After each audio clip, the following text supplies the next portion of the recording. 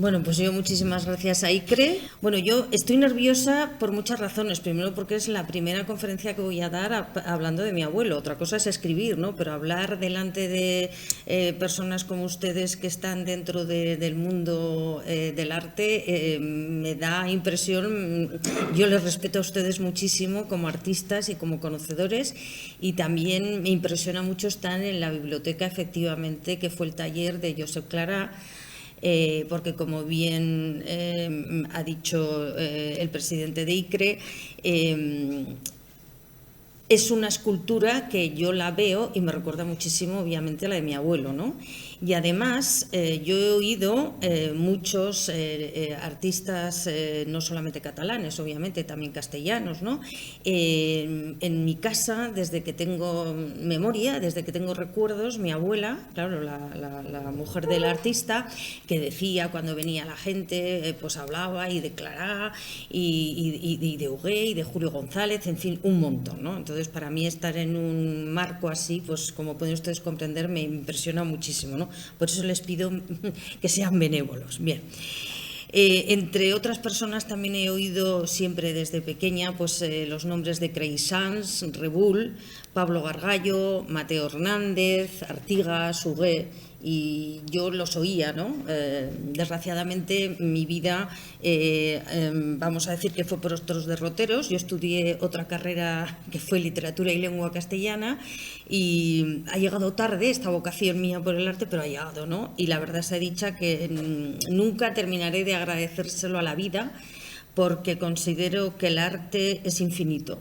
Ustedes me van a decir, sí, la literatura también, ¿no? Pero no es lo mismo. Y creo que con esto nos entendemos todos, ¿no? Lo que transmite el arte, yo pienso que no lo transmite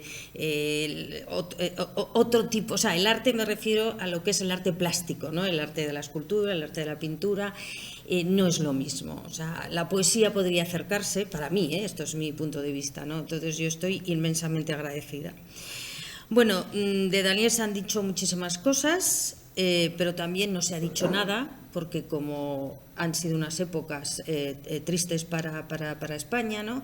Y para lo que es Europa, bueno, pues los principios del siglo XX fueron difíciles, ¿no? Entre la Primera Guerra Mundial, la Guerra Civil Española, pues hubo mucho silencio, ¿no? Entonces yo siempre digo que mi abuelo, pues que tuvo dos vidas, o sea, la propia y la segunda. Bueno, aquí les voy a enseñar una fotografía de él para que vean cómo era físicamente. Esto es una fotografía en París.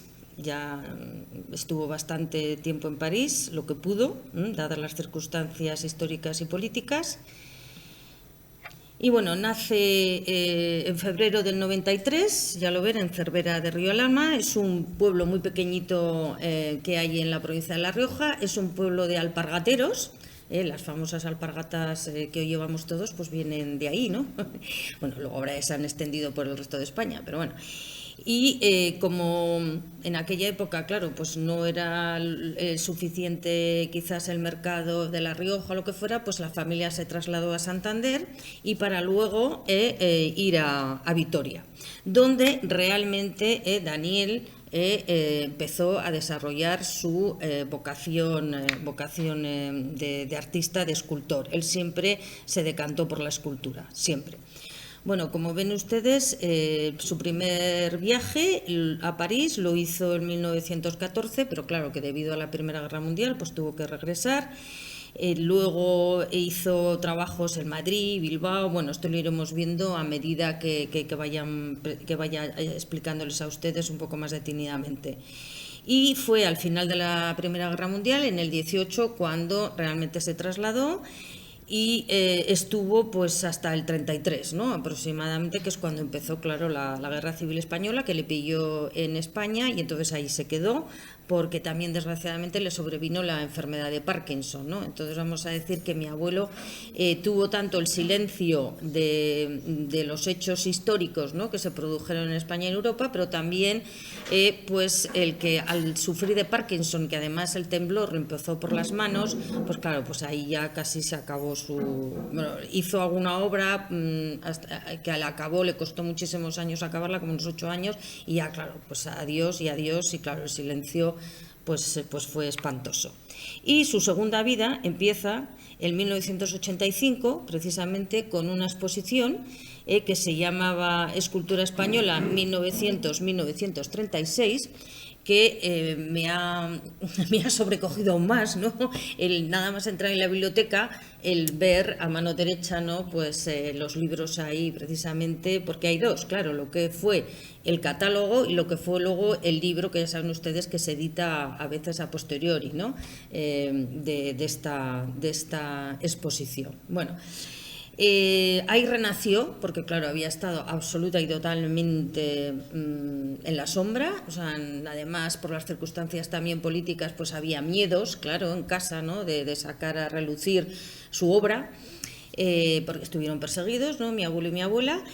Y por casualidad, la comisaria de esta exposición, que es una exposición que estuvo organizada por el Ministerio de Cultura, que en aquel momento era Javier Solana, precisamente, ¿no? el ministro de Cultura, la comisaria, que se llama Josefina Alix Trueba, pues buscando precisamente pues estos artistas ocultos, ¿no? Estos escultores que no habían salido lo suficiente a la luz, y se encontró con este libro, que ven ustedes aquí a su izquierda, creo que se titula Daniel, ¿no? Entonces leo lo que precisamente Josefina Alix Trueba, que para mí es una de las historiadoras del arte y comisarias que más yo creo ha estudiado esta época, ¿no? Esta época artística.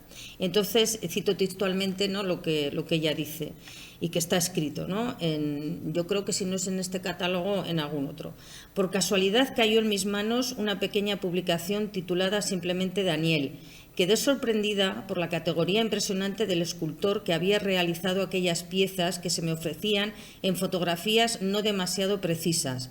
Parecía la obra de un artista genial, de una modernidad y fuerza poco corrientes entre los escultores de su época, el primer tercio del siglo XX. Y era casi estremecedor el que después de años dedicada al estudio de la escultura española, jamás aquel pedazo de escultor hubiera sido mencionado ni conocido fuera de su Logroño natal. Bueno, pues las palabras que Jorge ha dicho, pues una vez más, pues se verifican. De hecho, yo casi toda mi conferencia la baso en los estudios que ella ha hecho sobre mi abuelo, ¿no? Porque también ha sido comisaria de una exposición que hubo aquí, precisamente en la Fundación de la Caixa, sobre Rodin, y bueno, que hablaremos más adelante. Entonces, que sepan ustedes que yo me baso casi todo en los estudios de ella. Bueno, la siguiente diapositiva que les voy a presentar es la primera escultura de la cual tenemos constancia y una imagen de ella, y que ni más ni menos data de 1906, y me van a decir ustedes, ¿y cómo está hecha, no? ¿Y de qué material? Bueno, pues es nieve. Estaba en Vitoria, entonces la época hacía que nevara más, ¿no? No había cambio climático, entonces había unas nevadas impresionantes. Y él pues era un niño, sin más, y le surgió, claro, obviamente, jugar con la nieve, y ¿qué es lo que hizo? Pues esta escultura, ¿no? Desgraciadamente no sabemos si había hecho antes algo o no. O sea, esto es lo único que tenemos constancia. La gente empezó a agolparse, a decir, pues los unos, pues un desnudo, pero qué horror, pues otros, pues no, qué belleza, patatín, patatán. Entonces se organizó tal alboroto de tal calibre que llegó la policía, ¿no? Esto bueno, me lo ha contado mi abuela, ¿no? Y que llegó la policía y entonces llamaron al alcalde y tal, y entonces el alcalde lo que hizo fue protegerla, ¿no? Precisamente fue custodiarla, ¿no? Porque le pareció pues de una belleza increíble, y además de un niño, ¿no? que la había hecho, ¿no? Y gracias a que la protegió, por eso tenemos la fotografía, si no seguramente no tendríamos la fotografía. Bueno, sin más ya, bueno, pues les comento que dejó rápidamente la escuela. A los 13 años él ya lo que le interesaba era el arte, y dio la casualidad de que se estaba empezando la construcción de la nueva catedral en Vitoria, y él vio un anuncio, ¿no? en las obras en las que decían que se necesitaban aprendices, y entonces pues él se apuntó, engañó a la familia, le dijo que seguía en la escuela, pero de eso nada. y rápidamente, de lo que sí también tenemos constancia, es que en pocos meses, ¿no?, le ascendieron a maestro, ¿no? Y incluso tenemos pues los recibos de que ya cobraba como maestro, o sea, que a lo mejor con 13 años y medio, 14, ya estaba reconocido, ¿no?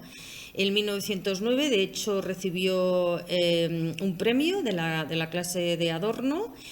Y porque a la vez, en paralelo, la nueva catedral, la construcción para la nueva catedral de Vitoria tenía una escuela que enseñaba también a los aprendices, ¿no? Entonces, él, en realidad, su formación fue tanto académica en la escuela como realmente práctica, ¿no? Y sobre todo ligada a la arquitectura, ¿no? O sea, esos fueron sus inicios. En 1910 recibe también el premio del Ayuntamiento de Vitoria, en otras asignaturas como Modelado y Figuras, también la Diputación de Vitoria, en el 1912, 1913, o sea, esto simplemente es para decirles a ustedes, no les voy a decir los premios, obviamente, que rápidamente se destacó.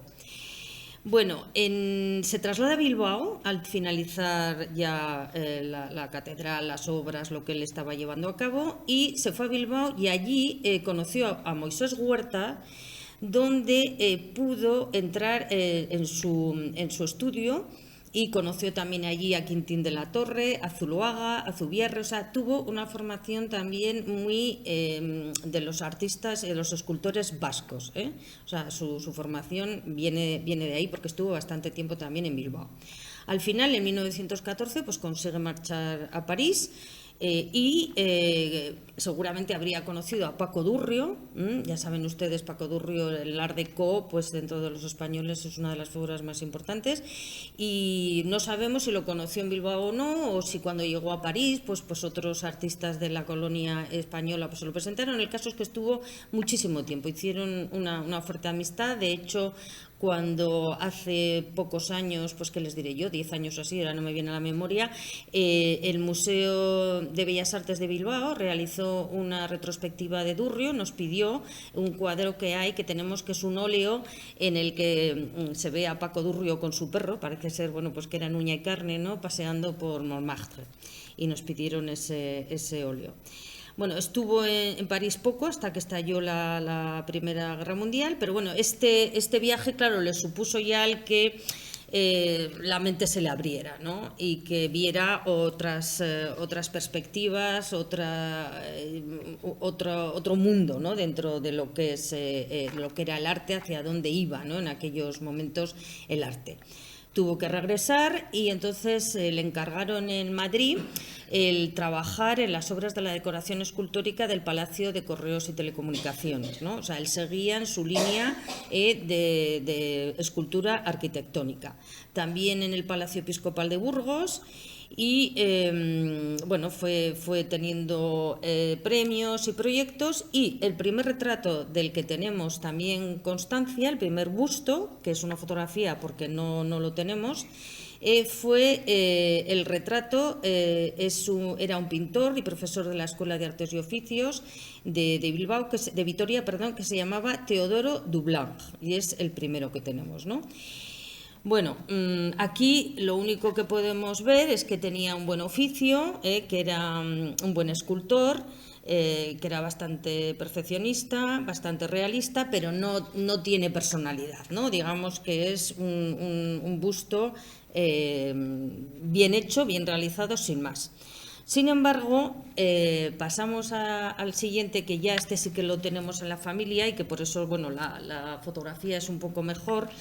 Y está en bronce, es un bronce casi negro, en lo que está fundido. Mi abuelo siempre trabajó con la misma fundición, siempre fue en Madrid, con la fundición Codina Hermanos, y por eso también tenemos la tranquilidad y la seguridad que no hay obras por ahí de él perdidas, o que se hayan podido, bueno, claro, siempre puede haber alguien, ¿no?, que haya hecho alguna trampa, pero en fin, en lo que a nosotros nos consta, no. Bueno, entonces, sin embargo, en el violinista, es el retrato del violinista Canepa. Aquí, sin embargo, sí que hay un mayor interés, porque ya empieza un poco a cambiar el estilo, ¿no?, hacia una mayor estilización, un mayor modernismo, simbolismo. y que indican, bueno, pues que ya él había estado en París y que ya había aprendido y quería ir más allá. Les hemos puesto al lado pues este busto Salvador Madariaga, que se titula Ingenuidad, para que vean ustedes cómo, esto lo voy a desarrollar a lo largo de toda la charla, cómo las concomitancias que hay entre los artistas, que ustedes, claro, obviamente lo saben mejor que yo, son tan recurrentes y cómo a veces las influencias vienen de tal manera que no se sabe quién hizo quién o que... Claro, obviamente, ¿no? Pues todos iban dirigidos hacia un mismo lugar, ¿no? Entonces aquí les he puesto esta comparación para que vean, ¿no? Cómo estaba realmente integrado en lo que era su mundo y esas corrientes de principios del siglo XX. También sucede lo mismo, por ejemplo, con el Salto de Leucade de Moisés Huertas, que ya lo saben ustedes, está en el Círculo de Bellas Artes de Madrid, y este desnudo femenino yacente de Daniel, que está en el Museo de Bellas Artes de La Rioja. Bueno, seguimos adelante. Aquí les quería también enseñar, dentro de lo que era la escultura arquitectónica, aquí Daniel, es el frontón del Banco de España, de Bilbao, hizo dos mujeres, no sé si las ven bien ustedes, dos mujeres, bueno, aquí está el escudo, dos mujeres y dos leones, ¿no? Que sería lo que sabemos a ciencia cierta que él llevó a cabo.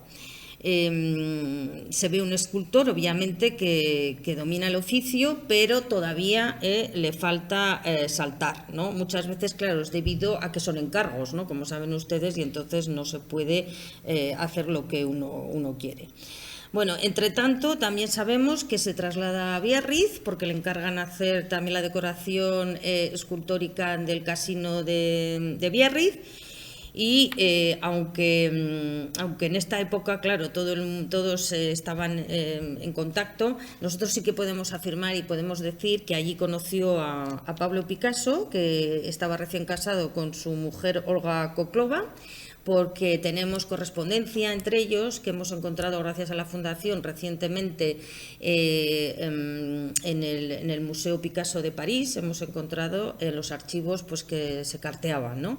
Y también porque en un momento determinado mi abuelo quería volver cuando estaba en París, quiso volver a España para estudiar más y necesitaba una beca. O sea, no, me he expresado mal, quería estudiar en París y entonces necesitaba una beca del Estado español y Pablo Picasso le ayudó, ¿no? Le firmó los documentos, pero bueno, que en realidad nunca los utilizó, no sabemos por qué, si le daría vergüenza o yo qué sé, le impresionó el hecho de que Picasso le firmara algo en blanco, ¿no? Y entonces pues lo tenemos en casa, ¿no? El documento en el que explica Picasso para qué, bueno, en fin, anécdotas, ¿no? de la vida de estos artistas. Bueno, entonces ya también otros dos retratos que ya empieza él a manifestar y a expresar cómo va, hacia dónde va a ir, son los del artista, del marchante, perdón, el retrato del marchante Ferro y de su hija. No tenemos, claro, los originales porque los tendrá la familia Ferro. Y aquí también podemos decir, efectivamente, ya no solo que bueno, desgraciadamente las imágenes no son muy buenas, ¿no? Pero no tenemos otras. Que ya empieza a manifestar pues una fuerza, lo que es que la unidad de bloque, que eso ya lo vamos a ver más adelante en otras esculturas, pero lo que sí que podemos también con estos dos es el hecho, decir y manifestar el hecho de que realmente estaba muy introducido, ¿no? en París, en lo que era el mundo del arte. Bueno, en estos momentos también se inaugura en 1925 la exposición, esto es anterior, ¿no? Es que claro, viendo las diapositivas me he ido un poco, ¿no? Se inaugura la Exposición Internacional de Artes Decorativas, que tuvo mucha influencia en aquella época, veremos como en Daniel también, el llamado Art Deco, que tuvo pues un estallido tremendo en aquel momento.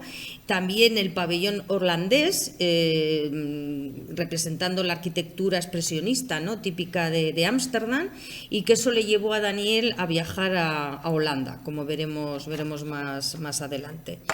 Bueno, el siguiente retrato que tenemos es el del tenor Campañola, que en él también bueno, pues es fiel a cómo era el tenor, tenía todos sus rasgos, pero aquí sí que se ve la fuerza del instinto del músico, de contenido, en fin, esto es lo que dicen los especialistas, ¿no? Bueno, y esto lo que les quería enseñar es un artículo que salió en su momento en París, en el que un crítico de arte muy importante fue acompañando a su amigo, que era un editor de libros, Frédéric Gregoire, porque le dijo, bueno, el crítico era Gustave Geoffroy, que era miembro de la Academia Goncourt de Francia, y entonces publicó este artículo porque su amigo, el editor de libros, Frédéric Gregoire, lo había descubierto a Daniel y le estaba haciendo el busto que ven ustedes ahí, ¿no?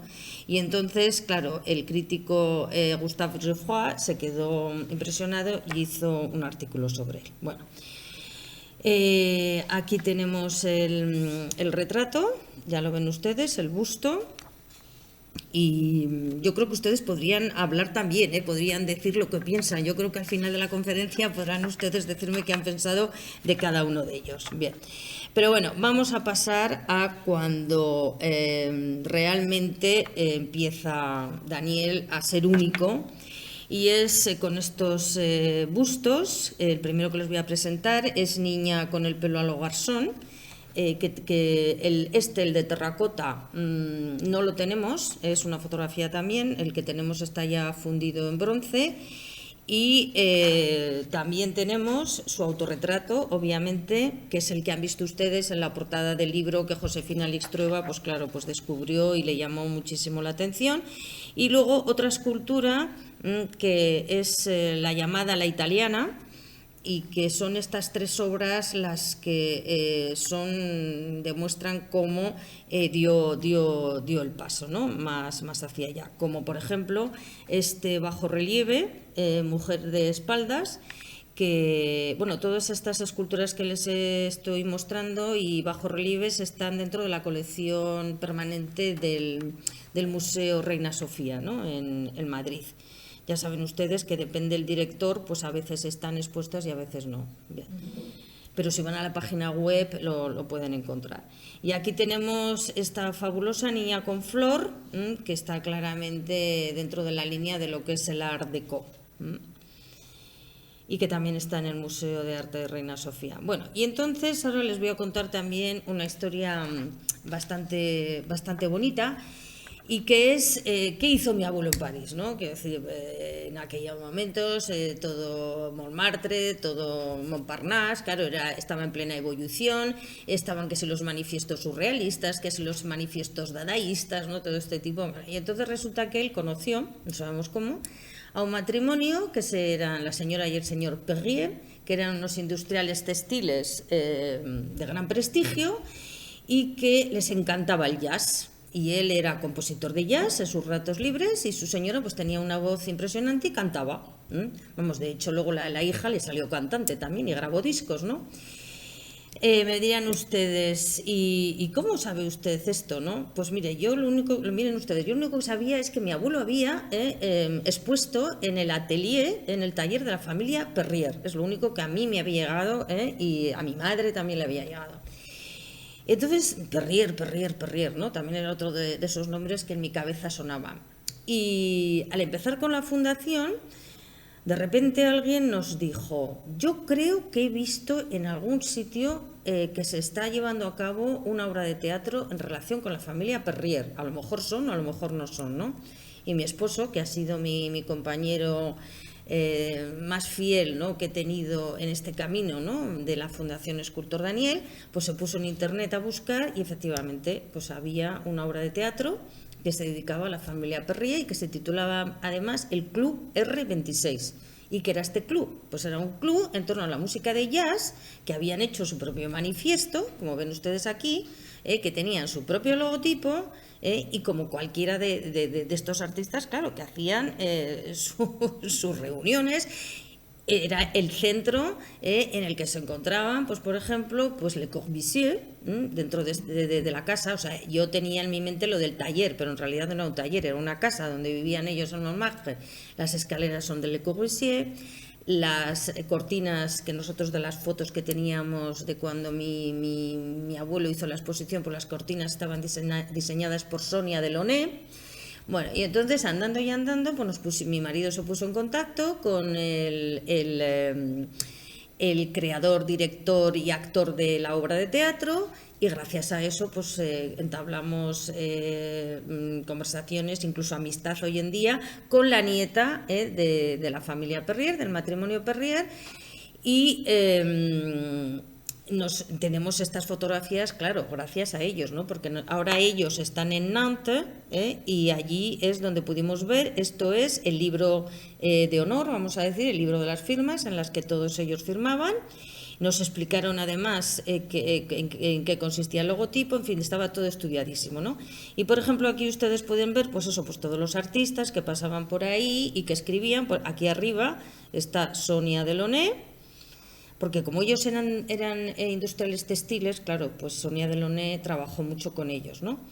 Y en la página siguiente pues tenemos lo que escribió Daniel, bueno, forma y color es lo que él escribió.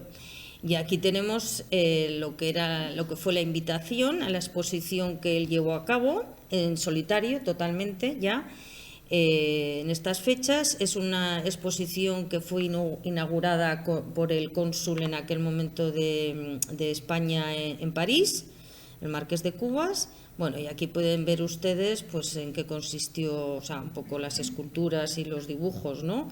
De Daniel en la casa de los Perrier.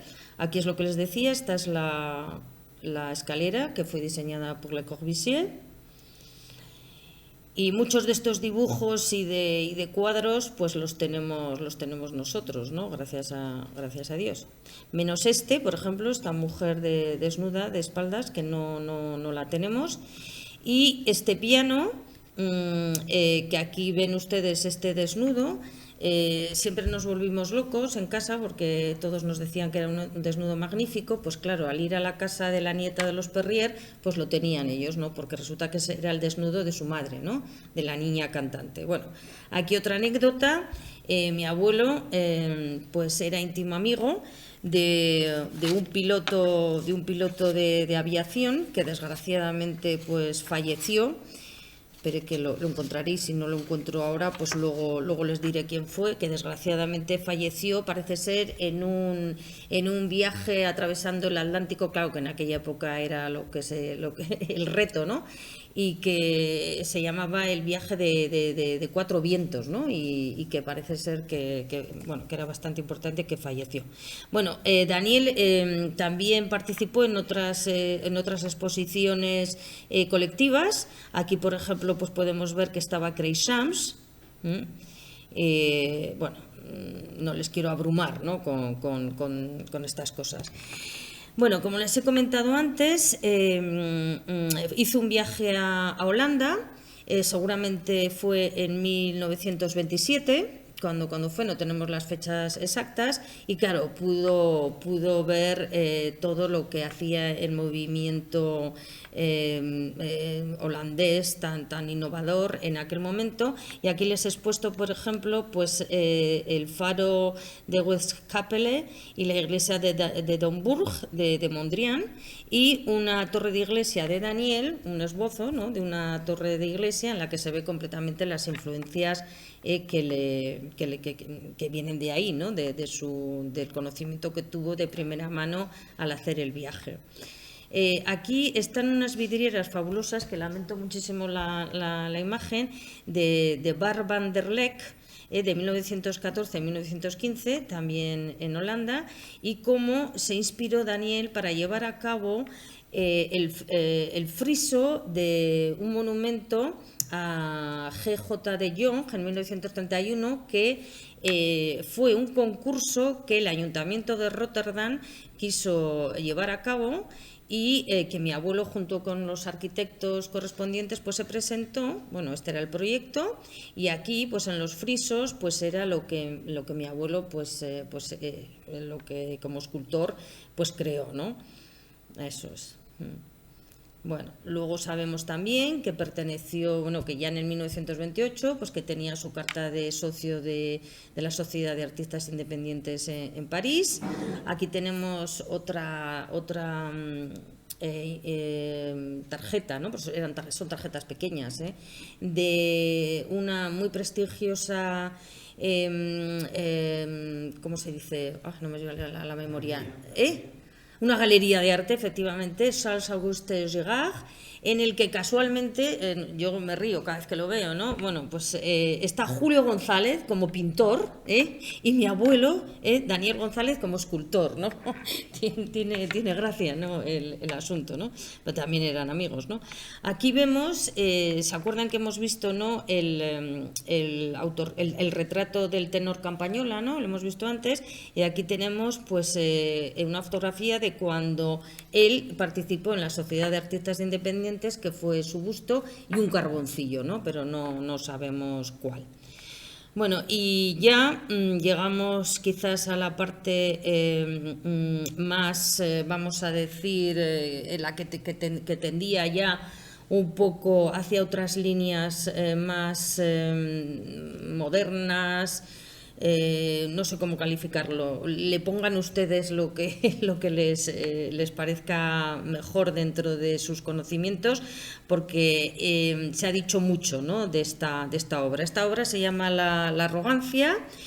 Es una obra con la que precisamente el Museo Rodin nos pidió que participara Daniel en la exposición que les he comentado antes, que fue aquí en la Fundación de la Caixa. Y se ha dicho de ella que recuerda tanto a Matisse como a Rodin. Bueno, ya ven ustedes que la textura es totalmente ya rugosa, que la materia se puede identificar, que se ve cómo lo elaboró, o sea, quiero decir que es táctil, ¿no? Ya no tiene ¿cómo se dice? Esa superficie tan lisa, tan fina, sino todo lo contrario, ¿no? Es muchísimo más rugosa. Y también está la mujer sentada, que tiene también, aunque menos, ¿no? Pero ya ven ustedes que también tiene esa textura. Y bueno, luego les comentaré con más detalle lo que se ha dicho de ellas. Y luego esta otra obra que se ha perdido, que no tenemos más que la fotografía, que se llama Dos amigas, y que bueno, pues que la hizo en la misma época, que estuvo en estas exposiciones, pero está perdida desgraciadamente, ¿no? Tanto en la que hemos hablado antes de la Galería Charles Auguste Girard, como en el Ateneo Riojano unos años más tarde, y en París.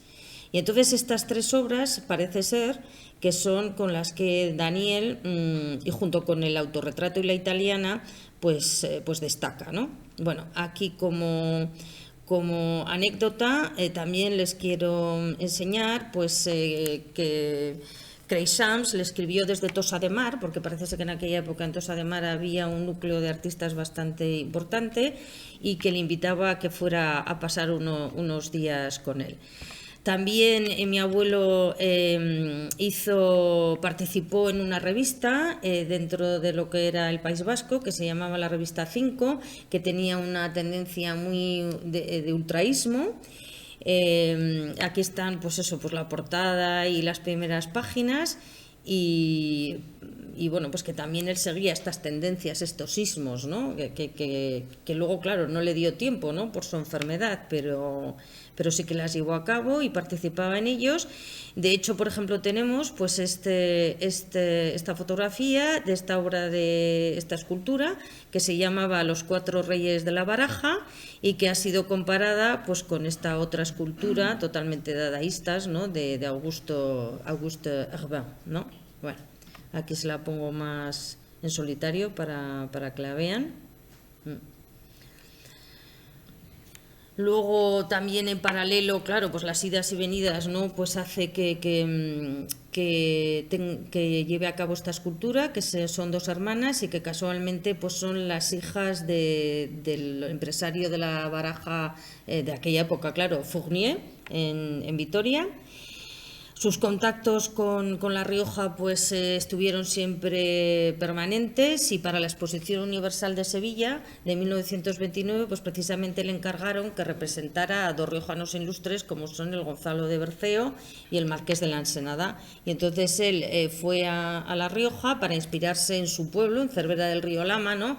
Meterse un poco, ¿no?, en el ambiente, la idiosincrasia, en los rostros, ¿no?, vamos a decir riojanos, si es que podemos tener unos rostros los riojanos distintos a los de los demás, ¿no? Pero bueno, el caso es que fue allí, como ya era famoso, obviamente, pues empezó a dar charlas, conferencias, también hizo una exposición en el Ateneo Riojano, y ahí es donde precisamente conocí a mi abuela, Ernestina Negueruela, y al cabo de un tiempo pues se casó con ella, y bueno, pues aquí estoy yo. Bueno, este es el busto también de Sylvain Schnegger. Bueno, yo perdón por a veces con las pronunciaciones, porque si son medio alemanes, yo alemán no conozco. Entonces las dimensiones son desconocidas, no sabemos exactamente cuáles eran, pero lo que sí que sabemos es que era en esos momentos el director de la Bolsa de París, ¿no? Bueno. Como ya hemos hablado, él empezó con la escultura arquitectónica y también hizo mausoleos, ¿no? En La Rioja, cuando empezó a ser conocido, le encargaron mausoleos en este viaje, ¿no? Cuando tuvo que hacer los bustos del Marqués de la Ensenada y Gonzalo de Berceo, y este es uno de los mausoleos que llevó a cabo. Y quiero que se fijen ustedes en esta forma aquí, que son mariposas, ¿eh? Ahora lo van a ver quizás un poco mejor. Esto es una maqueta de una fuente que él llevó a cabo la maqueta. Desgraciadamente no pudo ver la fuente realmente, pero se llevó a cabo, ¿no? A posteriori se llevó a cabo en homenaje a la lengua castellana y a Gonzalo de Berceo. Esto es un encargo que le hizo el Ayuntamiento de Logroño. Él hizo la maqueta, y luego otro, porque esto lo he conocido yo, quiero decir, ya yo tendría 20 y tantos años, o sea que mi abuelo ya había fallecido, desgraciadamente, falleció cuando yo tenía 6 años. Y lo hicieron otros escultores riojanos y un arquitecto de acuerdo con la maqueta. Bueno, entonces la mariposa, ¿no?, la forma esta, han visto ustedes, ¿no?, que se ve en el mausoleo. Bueno, pues son la fuente en sí. Es las mariposas cuando hay agua en la fuente y es como hay iluminación, tanto que sea de día como la iluminación que tiene puesta de noche, porque eso también lo pensó él. El efecto que producen estas estilizadísimas mariposas es que en el agua vuelan, o sea, se ve perfectamente como las alas, ¿no?, vuelan, y entonces, claro, pues es la lengua castellana. Que Gonzalo de Berceo, ¿no?, fue el primer poeta y escritor en lengua castellana y que se conserva en La Rioja, que además era riojano, pues las lleva volando las mariposas a América Latina, ¿no? Bueno, aquí es un detalle más preciso de la mariposa. Este fue el boceto que llegó a dibujar mi abuelo, y que de hecho es lo que nosotros hemos cogido como logotipo para nuestra fundación, ¿no?, porque queremos que siempre pues el espíritu de Daniel vuele, ¿no? Entonces es por eso por lo que hemos elegido las mariposas como logotipo de nuestra fundación. Bueno, ahora les voy a comentar la última obra que llevó a cabo, que fue con motivo se lo encargó la Caja de Ahorros de Vitoria, y claro, él quería sonificar el ahorro, ¿no?, al ser la Caja de Ahorros de Vitoria, y por eso es una mujer que solamente enseña un pecho, ¿no? Pero si ustedes van a nuestra página web, podrán ver que hizo otros estudios, ¿no?, y otras esculturas, por ejemplo, una maternidad, ¿no?, que es una madre que tiene 2 niños y entonces le ofrece a uno el pecho mientras que el otro está esperando, ¿no?, para ahorra, ¿no?, vamos a decir, la leche de uno para podérsela luego pues dar a otro, ¿no? muy bonito, quiero decir, el tema, ¿no? Que lo hizo ahorro como maternidad, ¿no? Pero bueno, al final pues la caja de ahorros eligió esta y de hecho la pueden ustedes ver, ¿no? Si van a Vitoria. Bueno, esto es la sorpresa, ¿no? Que me he llevado al entrar, que les he comentado al principio, los dos libros, ¿no? De la exposición.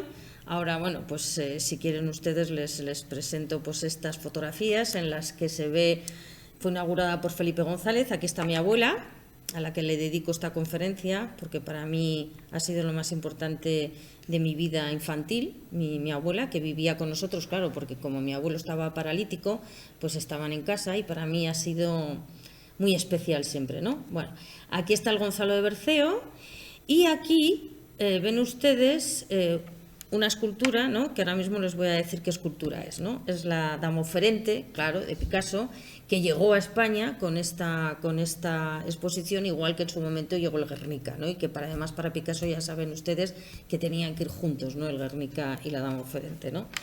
Entonces, bueno, para mí es un honor, ¿no? El hecho de que la Dama Oferente y Picasso estuvieran al lado de mi abuelo. Por cierto, que en esta exposición, vamos, los catalanes, los artistas catalanes estaban todos. O sea, para mí me parece un catálogo magnífico para estudiar los artistas de esta época, los escultores de esta época españoles, pero bueno, los catalanes se llevan la palma. Felicidades, quiero decir, yo cuando he estudiado más a fondo me he quedado impresionadísima. Bueno, aquí una fotografía de Josefina Listrueva, que vive todavía, lo que pasa es que claro, ya es mayor. Y para que la reconozcan ustedes, porque para mí es una de las personas, ya les he dicho, que más entiende de esta época, y no solamente de esta época, sino de Daniel.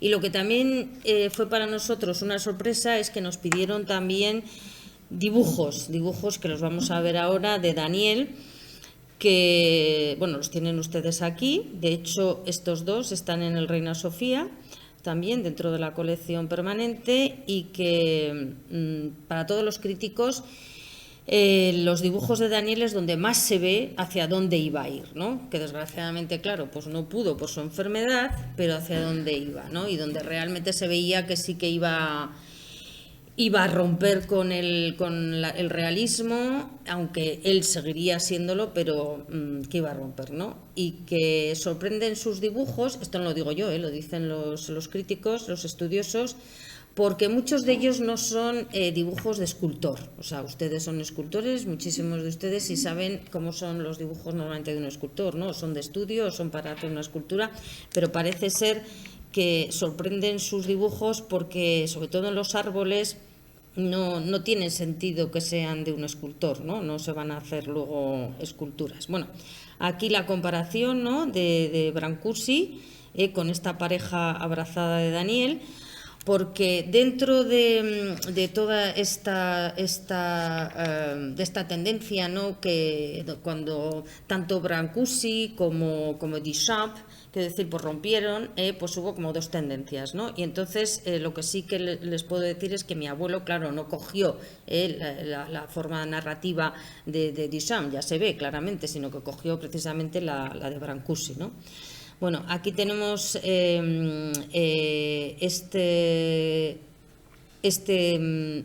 dibujo al carboncillo, árbol y cables de electricidad, que ha sido muy comentado y muy estudiado en comparación con el famoso árbol gris de Mondrian, ¿no? Lo que pasa, ya ven ustedes, quiero decir, las formas ovoides, ¿no? Tanto en Mondrian como en el árbol de Daniel. Y que todo esto se debe a su paso, obviamente, por Holanda. Bueno, otra de las concomitancias también, aquí tenemos madre e hijo en la escultura esta de Henry Moore, y tenemos la de Daniel. Bueno, aquí no está datada porque no tenemos la fecha exacta, porque casi todos los carboncillos de Daniel sabemos que fueron entre 1918 y 1932, pero desgraciadamente no están datados. Algunos sí, pero muy pocos, ¿no? Entonces no les puedo poner la fecha porque no lo sabemos, ¿no? Pero bueno, para que vean. También aquí con Henri Matisse se ha comparado varias veces el autorretrato de Daniel por esa sensación de unidad, de bloque, de totalidad. Luego también se ha comparado el autorretrato con Cabeza de Baudelaire, de Duchamp, lo que les comentaba antes Vilón, y también con la Henriette de Matisse, o también se ha comparado con Gertrude Stein de Lipstick. Bueno. Los retratos de los niños en Daniel son bastante sorprendentes porque los niños son muy difíciles, ¿no? Tanto de retratar en un arte como en otro, plástico como escultórico, ¿no? Porque no se están quietos, porque tienen la cabeza totalmente deformada, están desproporcionadas. Y entonces también se ha dicho de Daniel que es un gran escultor de niños, ¿no? Que sabe perfectamente captar no solamente los rasgos, sino la ternura y el equilibrio, ¿no? tan difícil, ¿no? Aquí tenemos otro. Otro que está en una familia en La Rioja, es hijo de una familia riojana. Y este otro que es un yeso, que desgraciadamente pues no se perdió. Quiero decir, aquí, aunque pone que está en la colección nuestra, no, porque se perdió, ¿no? En un traslado se rompió y desgraciadamente no teníamos no habíamos hecho en la fundición lo necesario. Bueno, el Art Deco que hablábamos antes, pues tenemos esta fotografía de un bajo relieve, también de Art Deco, que se titulaba La danza. Otra concomitancia de Daniel, pues está con Henri Matisse en esta que lo hemos visto antes, ¿se acuerdan, no? De este bajo relieve, con este otro de Matisse. Y a ver, un minuto. Ahora. Para que vean la serie de árboles, aquí también está totalmente desdibujadas las ramas ovoides, como las que hemos visto antes, y luego aquí viene este árbol, esta serie de árboles, que es lo que yo les decía, que claro, todos estos árboles no pueden ser dibujos de un escultor solamente, o sea, son dibujos realmente de un artista, ¿no?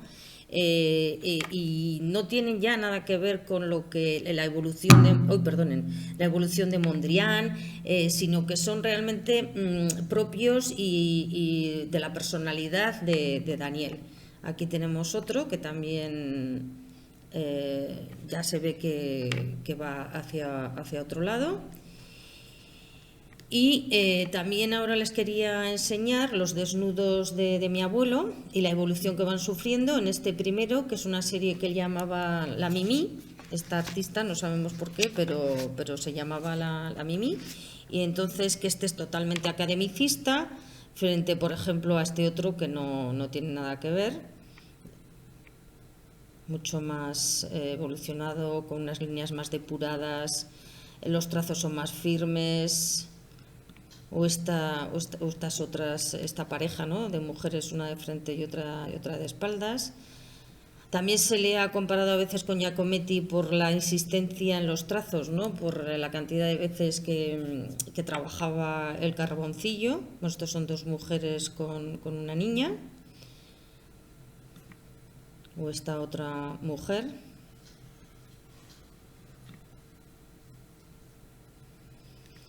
Esta con manto entre las piernas, esta otra con flor. Con flor tiene bastantes, ¿no? Por ejemplo, tiene este otro también, que es más monumental, Mujer sobre plinto, estas sí que son escultóricas. Luego también tiene pues mujer con guitarra, claro, ya saben ustedes que la guitarra en aquella época casi todos los artistas la utilizaron, ¿no? Picasso, Juan Gris, muchos de ellos, ¿no?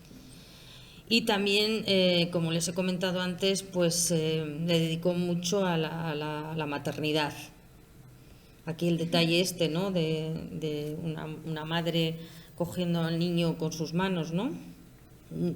Es lo que les he dicho, que algunos de ellos pueden ser escultóricos, pero otros se piensan, sobre todo Josefina Listrueva y Tomás Llorens. Se me ha olvidado decirles que Tomás Llorens fue el que al descubrir en la exposición en los palacios de Cristal y del Retiro, ¿no?, de escultura de 1900 a 1936, fue Tomás Llorens el que estaba en esos momentos como director en el Reina Sofía y le habían encargado el llevar a cabo la exposición permanente, porque no existía, ¿no? Entonces tenía que adquirir obras, ¿no?, para crear un fondo. Y entonces fue Tomás Llorens el que al descubrir a Daniel en esta exposición, pues compró las obras, ¿no? Bueno, esta que ya la hemos visto, que es lo de Henry Moore. Esta pareja, que también es chocante, ¿no? Quiero decir que no solamente es una maternidad, ¿no?, que es una familia, ¿eh? Es padre y madre, ¿no? Es padre y madre con el niño. Esto era un estudio para el ahorro, lo que hemos hablado antes, ¿no? Luego aquí, pues suponemos que también quizás era un estudio, pero no lo tenemos claro. Otra pareja con niño. Este es uno de mis dibujos favoritos, les diré. Pareja abrazada. Aquí esto es también pareja. Y este dibujo, que también se ha querido comparar muchísimo con Giacometti, con unas... ahora no me voy a acordar cómo se llaman, pero ya me va a venir. Bueno, y entonces aquí está el autorretrato cubista, que está en el Reina Sofía, el autorretrato de mi abuelo, en el que también, pues eso, obviamente se ve la tendencia cubista por la que iba a tirar, ¿no? Esta es el folleto de la exposición que les hablaba antes, de Rodin, y la arrogancia, ¿no? ¿Qué se ha dicho de esta pieza? Que para nosotros es muy importante, es también una de nuestras favoritas. De hecho, hay un festival de nuevas tendencias artísticas en La Rioja, que se llama Actual, y que cubre todo, cubre teatro, poesía, música, cine, y se dan todos los años, bueno, esto es reciente, ¿no? Desde hace 3 años se dan unos premios, que precisamente fue porque nosotros quisimos, ¿no?, el poner a Daniel dentro de la actualidad, y como además se llama Actual el festival, pues quisimos ofrecer una reproducción pequeña, claro, ¿no?, de esta obra como premio, ¿no? Y tuvo una gran acogida, y para nosotros pues es una escultura muy querida. Bueno, ¿qué se ha dicho? Se ha dicho que su arrogancia resume en buena manera su ideario y sus débitos con la escultura contemporánea. Es una pieza singular que entronca con el deseo de Rodin, el movimiento estático del Ciervo de Matisse, o lo que viene a ser lo mismo, el hombre que camina y el Balzac desnudo de Rodin. Les pongo las piezas de las que he hablado para que se den cuenta un poco, aunque ya las conocerán. Pero... Y esto es lo que les comentaba antes de lo que Picasso, ¿no?, le escribió a Daniel. Y estoy dispuesta a que me hagan todas las preguntas que ustedes crean oportunas, y a través de ICRE pueden contactarnos para lo que quieran, deseando colaborar con todos ustedes. Estuvimos ya, de hecho, hablando el otro día, porque me parece que hay que sacar adelante a todos estos escultores que no son conocidos y que deberían de serlo. Y además en nuestra fundación hay 2 objetivos. Uno, que es sacar a la luz la obra de Daniel, y otro, que es también muy importante para nosotros, que es el apoyar a los nuevos artistas, ¿no? Y lo llevamos a cabo de distintas maneras, pues dando premios, por ejemplo, si hacemos cualquier cosa, ahora vamos a editar un libro infantil juvenil, pues que sea un ilustrador joven que no sea conocido. O sea, intentamos, en la medida de nuestras posibilidades como fundación, pues el valorar y hacer que se valore la obra de artistas, bueno, pues que no son primeras espadas, pero que tienen su valor, ¿no?, y que son importantes, ¿no? Y bueno, y muchísimas gracias por escucharme y su paciencia.